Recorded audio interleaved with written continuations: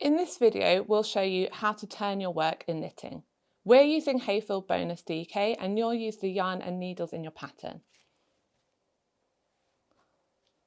When knitting, you're working your stitches from one needle on the left over to the needle on your right. This means that we're working in rows and we have to turn our work at the end.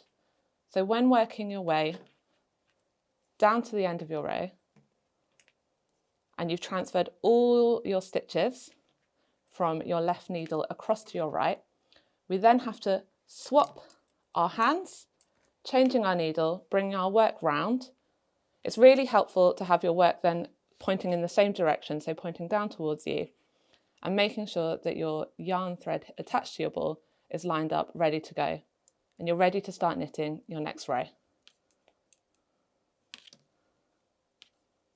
And that's how you turn your work in knitting. You want to practice until you're confident and then head to sirdar.com for more stitches, beginner kits, patterns and yarn.